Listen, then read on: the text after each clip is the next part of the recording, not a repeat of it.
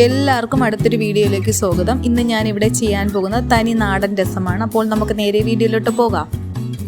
അതിനായിട്ട് ഏകദേശം 15 ഗ്രാം പുളി 1 കപ്പ് ചൂടുവെള്ളത്തിൽ കുതിർക്കാൻ ഇടുക. അങ്ങനെ കുതിർത്തെടുത്ത പുളിവെള്ളമാണ് ഇത്. ഇനി നമുക്ക് ആദ്യം ഒരു കഷ്ണം ഇഞ്ചി ചതച്ചെടുക്കാം. ഇനി 5 വെളുത്തുള്ളി അല്ലി ചതച്ചെടുക്കുക.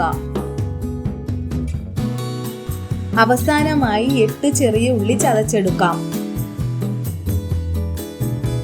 ഇനി ഒരു പാൻ അടുപ്പത്ത് വെക്കുക. പാൻ ഒന്ന് ചൂടായി വരുമ്പോൾ 3 ടേബിൾ സ്പൂൺ എണ്ണ ഒഴിച്ചു കൊടുക്കുക. എണ്ണ ചൂടായതിനു ശേഷം 1/2 ടീസ്പൂൺ കടുക് ഇട്ട് കൊടുക്കുക. അല്പം ഉലുവ ഇട്ട് കൊടുക്കുക. ഇനി ഉണക്കമുളക് കഷ്ണങ്ങളാക്കിയത് ഇട്ട് കൊടുക്കാം. ചതച്ചു വെച്ച ഇൻഗ്രീഡിയൻസ് ഇട്ട് കൊടുക്കാം.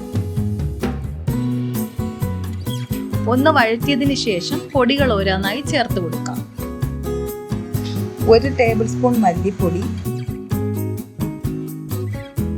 1 ടീസ്പൂൺ മുളക് പൊടി, 1/4 ടീസ്പൂൺ മഞ്ഞൾപ്പൊടി, 1/2 ടീസ്പൂൺ കുരുമുളക് പൊടി. നല്ലതുപോലെ ഒന്ന് ഇളക്കിയതിന് ശേഷം പൊടികളുടെ പച്ചമണം മാറിക്കഴിയുമ്പോൾ 1 തക്കാളി കഷ്ണങ്ങളാക്കിയത് ചേർത്ത് കൊടുക്കാം. അതിനുശേഷം അല്പം കറിവേപ്പില ഇട്ട് കൊടുക്കാം. ആദ്യം നമ്മൾ തയ്യാറാക്കി വെച്ചിരിക്കുന്ന പുളിവെള്ളം, ഇതോടൊപ്പം തന്നെ 2 കപ്പ് വെള്ളം, 1 ടീസ്പൂൺ കായപ്പൊടി, 1 ടീസ്പൂൺ ഉപ്പ് എന്നിവ ചേർത്ത് തീ നന്നായി ലോ ഫ്ലെയിമിൽ വെച്ച് യോജിപ്പിച്ചെടുക്കുക. പിന്നീട് 5 മിനിറ്റ് നേരം തിളപ്പിക്കുക.